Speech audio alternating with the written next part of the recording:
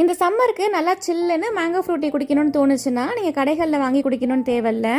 வீட்டிலையே சூப்பராக எந்த ப்ரிசர்வேட்டிவ்ஸும் இல்லாமல் நல்லா ஃப்ரெஷ்ஷாக ஹெல்த்தியாக மேங்கோ ஃப்ரூட்டி பண்ணலாம். இது பண்ணுறதுக்கு நான் 2 மாம்பழம் 1 மாங்காய் எடுத்திருக்கேன்.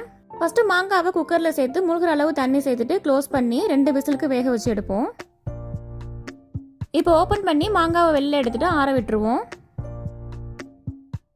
அடுத்து மாம்பழத்தை கட் பண்ணி அது உள்ள இருக்கிற பல்பெல்லாம் எடுத்து ஒரு பவுலுக்கு டிரான்ஸ்ஃபர் பண்ணிக்கலாம்.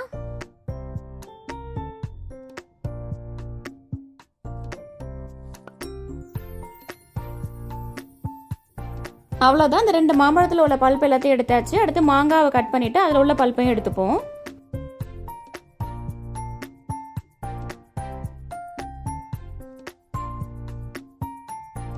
இது எல்லாத்தையும் ஒரு ஜாரில் சேர்த்துட்டு first 4 tablespoon sugar add பண்ணிக்கிறேன். அதுக்கப்புறம் சுகர் வேணும்னா செக் பண்ணிட்டு ஆட் பண்ணிக்கலாம். இது கூடவே ஒரு லெமனோட ஜூஸையும் ஆட் பண்ணிட்டு நல்லா ஃபைனாக அரைச்சி எடுத்துப்போம். இப்போ இந்த மேங்கோ பியூரியை ஃபில்டர் பண்ணி எடுத்துப்போம். இல்லை உங்களுக்கு ஃபில்டர் பண்ணாமல் அப்படியே தண்ணி சேர்த்து மிக்ஸ் பண்ணி குடிக்கணும்னாலும் நீங்கள் குடிச்சிக்கலாம்.